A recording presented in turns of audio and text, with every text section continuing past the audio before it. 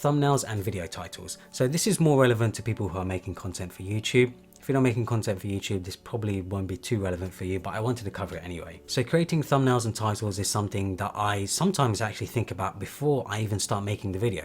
Because I think when it comes to the video idea sort of process right at the beginning, I think it's useful thinking of titles, thinking of the video title, because that can really sort of give you a framework, give you a structure of what the video is going to be. What's most important, of course, though, is creating an engaging title. You don't want to make a title that is just pretty bland and boring. Of course, you want to make it something that's going to make people click. But at the same time, you don't want to make it so that it's clickbait. You want to make sure it represents the content that you're actually making. It represents the video, it represents what you're covering in your video. So when it comes to actually coming up with title ideas, I don't think there is sort of one hack or one rule when it comes to coming up with the best titles.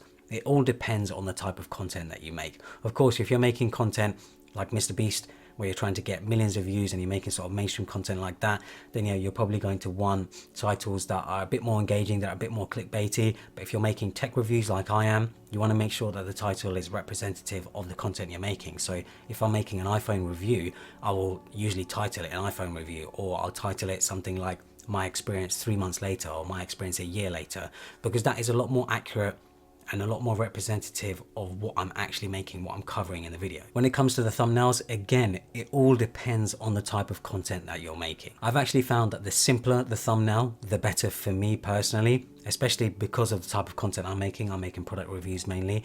So I'll usually just take a screen grab of the video or take a picture of the product that I'm covering in the video.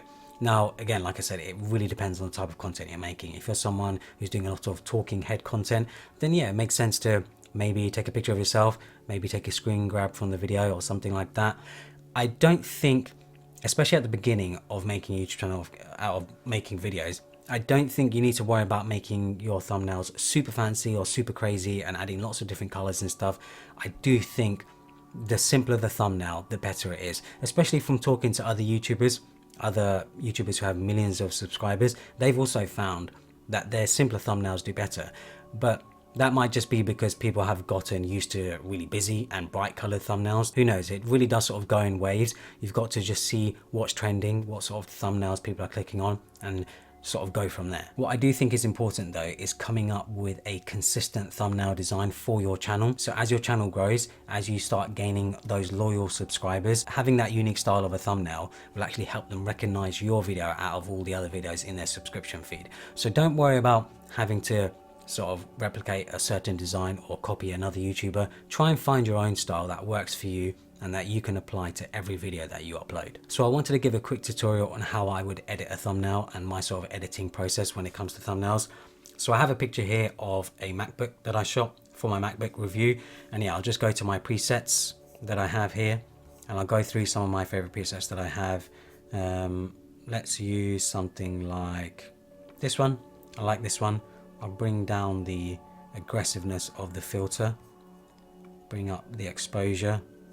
I might even actually leave it how it is. I think I'm pretty happy with that. I bring down the highlights because I think this picture really does represent what the video is. It's a MacBook review. I have the MacBook front and center in the picture itself, and everything else around it is quite dark, so it looks like there's a sort of halo above the MacBook. And I think for my sort of content, for tech reviews and stuff like that, that makes a lot of sense. If you're covering something specific in a video, I think it's very important to sort of highlight that in the thumbnail. So when I'm happy with my image, I end up actually bringing my thumbnail images into Figma. And in Figma, I'll make an artboard of 1920 by 1080 because that is the recommended size for YouTube thumbnails. And you can see I have a bunch of thumbnails here from previous videos that I've made, and I just have them collected in here so that I can see what I've done before and copy over any text if I need to copy over text. I don't usually like to add text in thumbnails. I found that it doesn't always work. It really depends on the type of videos. It works on my finance channel quite well, my business and finance channel, because of the type of content I'm making. But for my tech reviews and my main tech channel, yeah, most of my thumbnails are just images of the product. You can see here, I was trying to decide between 3 thumbnails for my iPhone review. I have one of the dynamic island, I have one of the phone itself, of the back of the phone, me holding it, and then another one of the screen. I ended up choosing the one with the phone in my hand because I think that's more representative, that's more engaging. because I actually have the product in my hand. If we have a look at some other thumbnails that I have here, I have ones for my Apple Watch, and you can see here both of them are on my wrist. One of them I'm sort of handling the Apple Watch, and yeah, I have all my thumbnails in here. Sort of just use them as inspiration, look at what I've done before. But when it comes to actually making a thumbnail, I'll, for example, copy this frame over. So I'll bring in the photo into Figma, put it on the artboard itself, make it a bit smaller like so, to make sure it fits. And then when I'm happy with it, I think around there, yeah, I'm happy with that.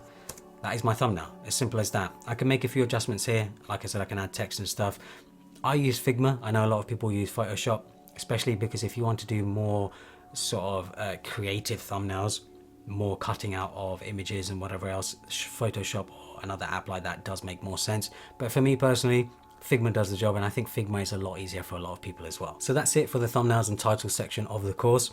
Like I said earlier, please do experiment, come up with your own unique style, especially when it comes to thumbnails. Don't feel like you have to copy other YouTubers or see what they're doing and sort of do exactly the same as them. I think it's very important that you can copy them a little bit, but then put your own style into it, have something unique, so that when your video comes up on the subscription feed, people recognize, oh, that's from my favorite creator, so they end up clicking on it and wanting to watch your videos.